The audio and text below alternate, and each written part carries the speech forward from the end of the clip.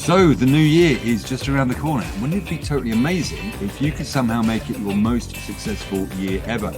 Well, if you'd like a hand with that, simply stay tuned for the next 30 minutes and I'll do my very best to help. My name's Ian Child and you're watching The Open Door Show.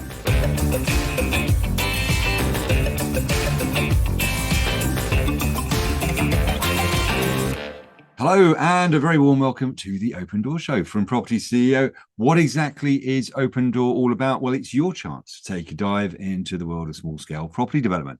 On Open Door, our aim is to give you the lowdown on what's really happening in the world of property. So the tips, the tricks, the interviews and the news, we'll try and cover it all here on Open Door. And of course, it's that time of year again. Can't quite believe how quickly the year's flown by. Hopefully you're ready for a restful Christmas and the holidays ahead. And perhaps you're going to take some time during the festive period to start thinking about what you want your new year to look like. But let me ask you this. How has this last year worked out for you? Did you manage to hit all those kind of targets and achieve everything that you wanted to achieve? Maybe it's been a bit of a mixed bag. Maybe you made some progress in some areas, but overall, maybe you fell a little short. Perhaps your school report for the year would have said, yeah, could do better or must try harder, which actually sounds fairly horribly familiar to me. But if that's the case, let me assure you, you are definitely not alone. I reckon most people fall into exactly that category. But what can you do about it this time around? Well, in this Open Door episode, I wanted to give you some tips that I think will help you really move the needle over the next 12 months. And frankly, these tips don't only apply to property. They could help you with pretty much everything you want to achieve next year. So how's about that for a promise? Now, the good news is that there's nothing difficult about any of them. In fact, to some extent, they're all kind of common sense, but they do need you to commit to them if you're going to make them work. So it's not completely foolproof. You do have to actually put some work in to make them happen. But let me tell you that the upside is likely to be amazing. And seriously, you'll get way better results than if you just leave things to chance. So let me kick things off with my first New Year's success tip, and that's all about goal setting. Now, I know what you're thinking. You've heard all about setting goals before, but I'm not going to be banging on about your 5 and 10 year goals or your life goals. Hopefully, you've got those nailed on already. Now, the goals I want to talk about are your short-term goals. I want you to work out what you want to have achieved by the end of next year and write it down. Really important that you write it down rather than just kind of have it in your head or imagine them. And make sure you put down all of your goals. They could be business goals, they could be property goals, they could be family goals, personal goals. Just jot them all down. Make them realistic. So you want to make them achievable, but don't be afraid of the odd sort of stretch target here or there. And you don't want too many. We're going to try and make this happen. So the fewer goals you have, to some extent, the easier it's going to be for obvious reasons. But try and make sure that you've got a few. I don't think you should focus just on one.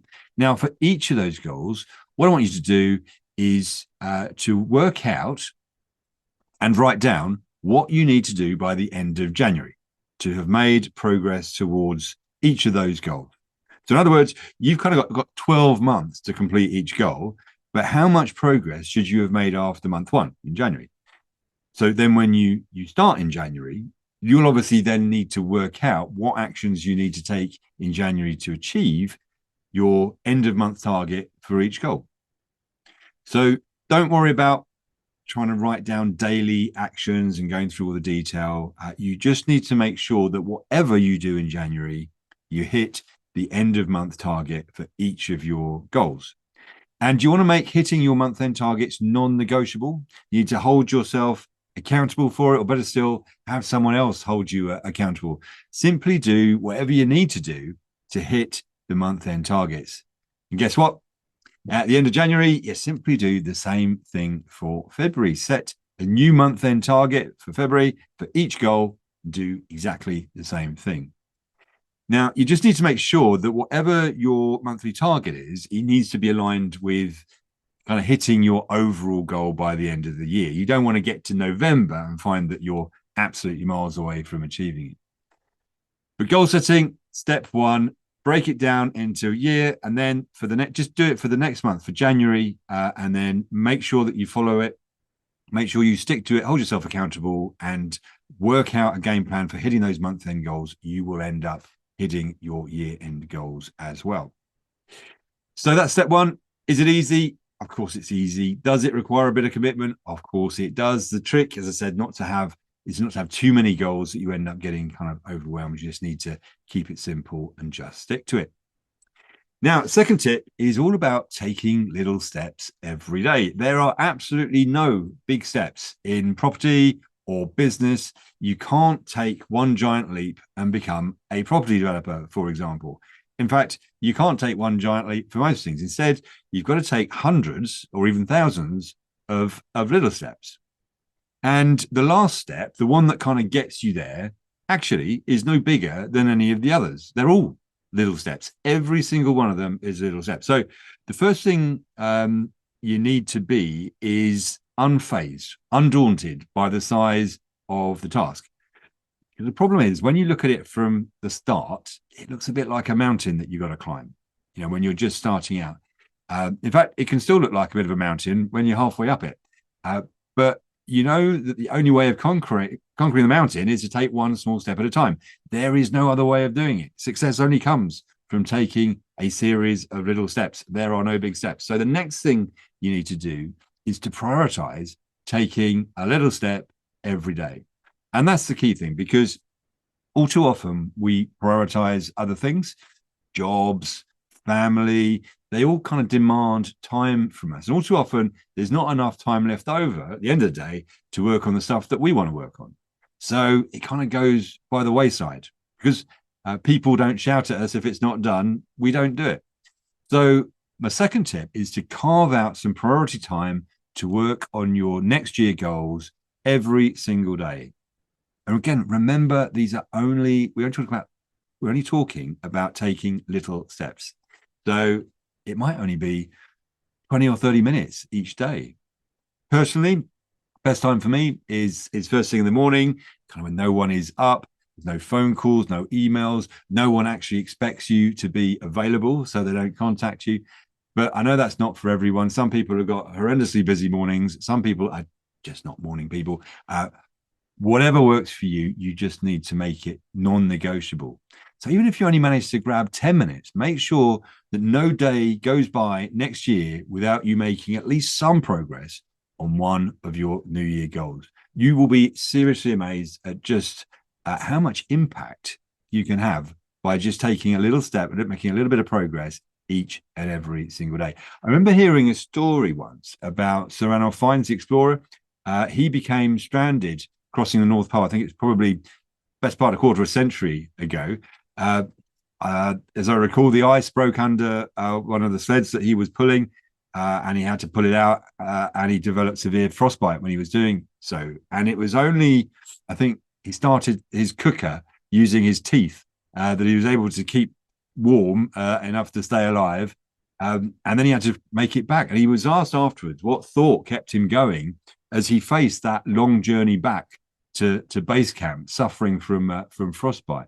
Was it the thought of his loving family, or a nice sunny holiday, or maybe it was having a nice hot bath? What was going through his head? And he said that his total 100% focus was on just putting one foot in front of the other, first the left and then the right. He said that was the only thought that would have any bearing on the outcome. He just knew that if he kept on taking the little steps, he would automatically make it, which is exactly what he did. And it's exactly what you should do. No frostbite required. So your task is quite a lot easier, but it is just a case of taking those little steps. Now, tip number three. Tip number three comes to you courtesy of another famous person, Eleanor Roosevelt. Now, she was the wife of Franklin D. Roosevelt, US president, and I have to say, a rather formidable and incredibly successful woman in her own right. She famously said, do one thing every day that scares you. Now, I'm not going to ask you to do one thing every day that scares you. Instead, I want you to do, it probably works out one thing every week that scares you. Because here's the problem. Problem is that fear tends to get in the way of people being successful and people achieving their goals. Uh, kind of think about it for a second.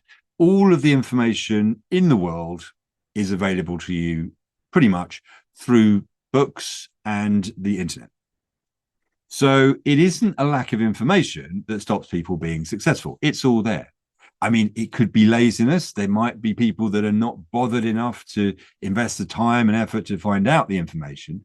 But I'm assuming you're serious about being successful. You'd be serious about achieving your next year goals. Then obviously the information on what you need to do is all out there. It's not that's not going to be the problem for you. Is finding out what to do.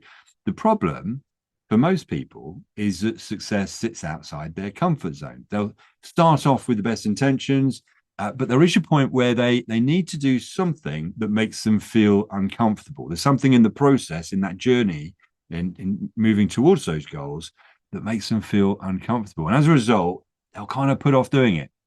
I mean, they might not recognize it as fear initially because it's a subconscious thing. But before they know it, they've kind of stalled or procrastinated. They've let other tasks kind of take precedent. They've sort of pushed it onto the back burner. And ultimately, they don't make any further progress because they can't face taking that next step because it feels uncomfortable. Now, there is an element of good news here, which is that comfort zones expand behind you. So if you move into them, what happens is that they expand behind you. Take public speaking as an example. It's kind of officially most people's worst nightmare. And once you've done it once, the second time you do it is still really, really scary. It's just a little bit less scary. Fifth time you do it, still scary, but quite a bit easier. 10th time is easier still. By the 50th time you've done it, you'll wonder what on earth you were worried about in the first place. And that's because your comfort zone has now kind of expanded. The problem that many people have is that they just don't get to find out and discover that their comfort zone expands because they never take that first step in the first place. So I want you to make sure for your goals next year that you do not bail out. So when you reach an action that you need to take towards next year's goals, one that requires you to step outside your comfort zone, I want you to take it. I want you to feel that fear, do it anyway. And my suggestion is kind of do something every week that scares you. It's got to be aligned with your goals. It's got to be aligned with what you're trying to do. So don't worry if some weeks you don't encounter anything fearful or anything scary and you're able to make good progress. But ultimately, I suspect with all goals, there's invariably going to be something that's going to be a little bit outside the comfort zone. And I want you to recognize that. And I also want you to recognize that that's a good thing, that ultimately moving outside your comfort zone is where the success lies. So you want to push through. And of course, as you do it, it gets more and more comfortable as your comfort zone expands. But it's not the volume, it's not the number of times that you step outside your comfort zone. It's important. It's just, as I said, it's being able to recognize that fear when it strikes, give yourself a big old slap on the back and just do it. And you'll be amazed how much progress you'll make if you just adopt a what the heck attitude, just kind of dive in and do it. Okay, we're getting there. My fourth tip is actually quite a nice one. It's all about rewarding yourself. And here's the thing, for most people, they don't reward themselves for achieving their goals. Now, okay, perhaps when they achieve like a big goal, they might have a small celebration, but they never really reward themselves for achieving the smaller goals. Now, I want you to change that. When you reach the end of the week and you've managed to make solid progress against your monthly target, for whatever your monthly target is, I want you to reward yourself with a small gift, a small token. It's not going to be huge. You can't go out and buy yourself a Ferrari. It might be you're going to go out for a meal, a trip to the cinema, even if it's just like a glass of fizz or a takeaway, whatever it is that floats you boat. But I want you to associate that reward with having achieved a goal. You've got to connect those two things together. And that's your weekly goal. If you achieve your monthly target, and we've said about setting a monthly target for each of your next year goals, give yourself a bigger reward. Again, no Ferraris allowed, but I'll let you be the judge of what it is, but make it proportionate. Now,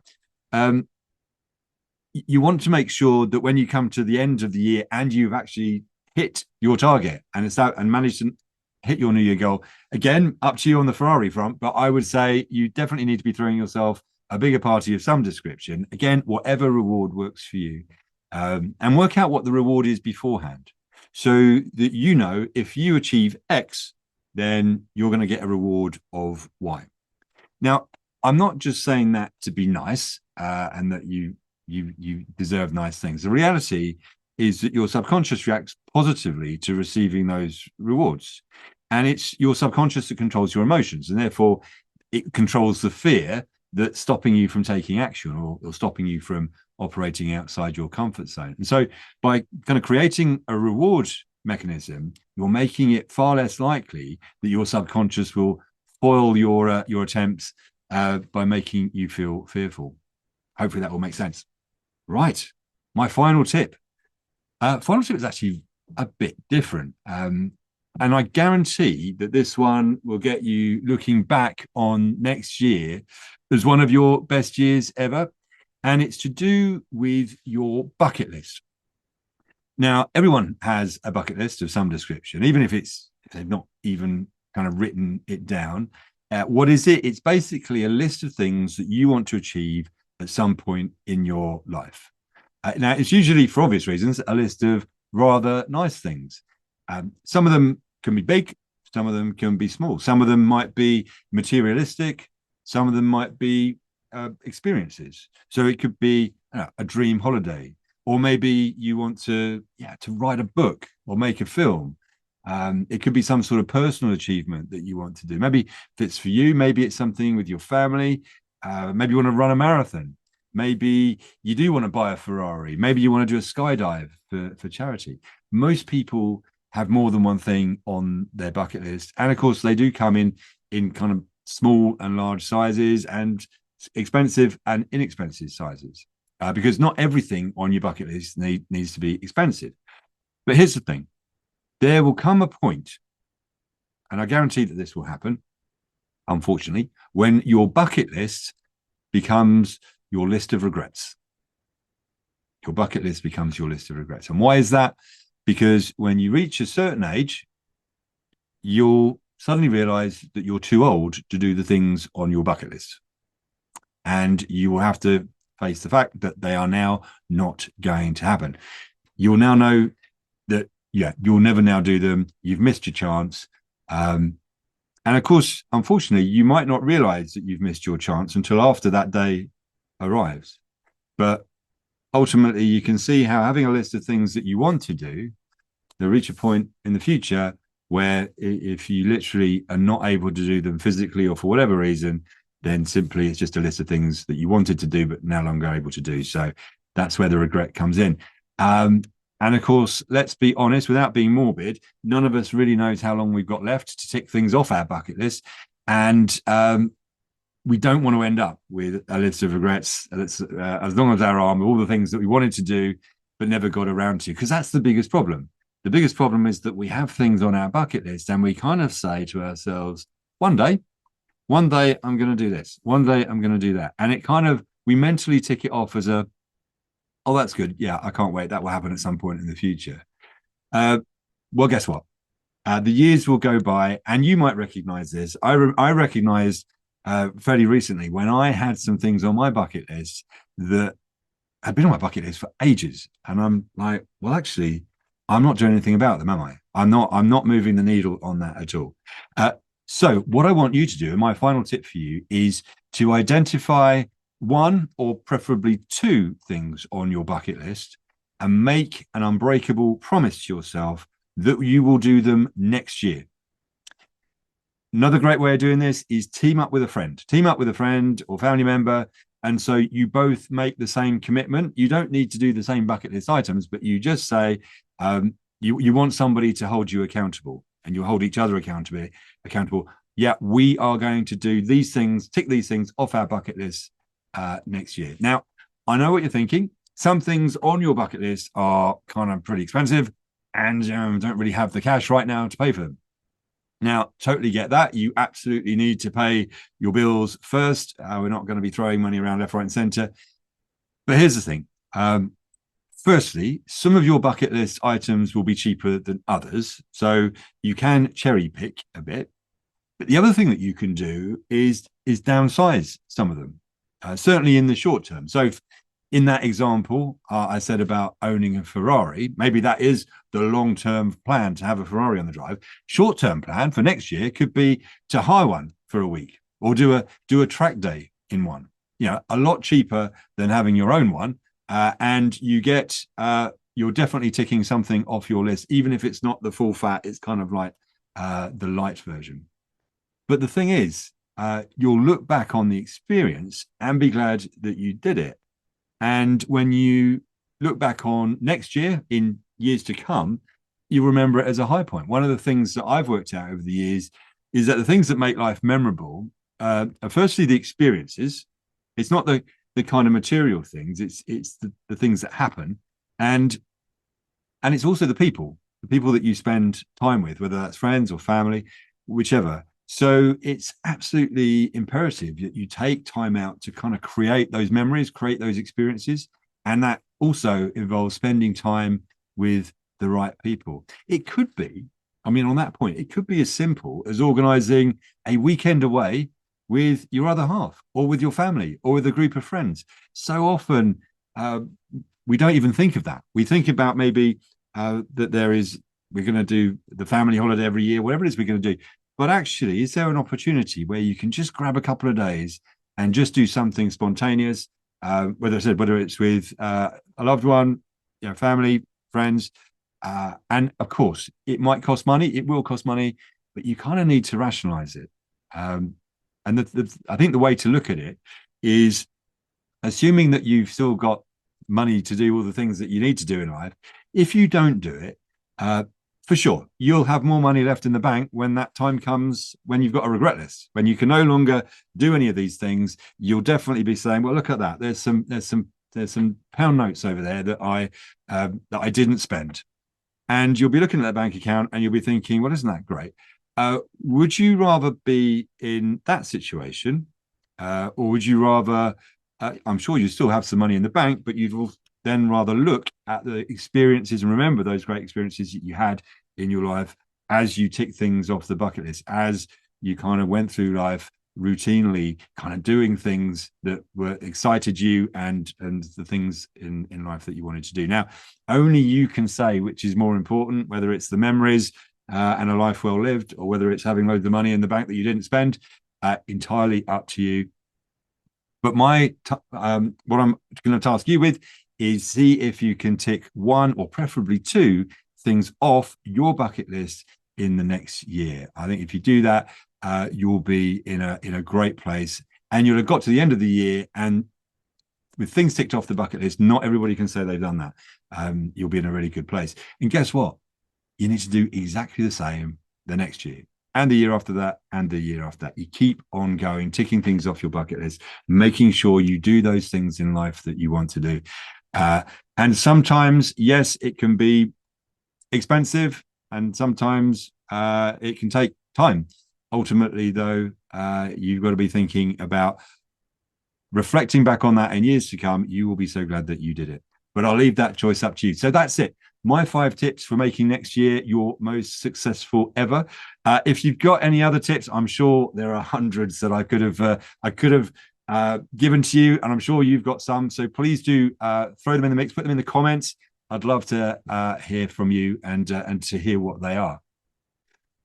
Well, that was quick. That's it for this Open Door episode. I do hope you enjoyed it. If you're interested in learning more about how you can get into small-scale property development, we've put together some pre-recorded training for you. It's hosted by the inimitable and, dare I say, irrepressible Mr. Richie Clapson, and it's absolutely free. You can access it at propertyceo.co.uk/SFR, where SFR stands for Six-Figure Roadmap.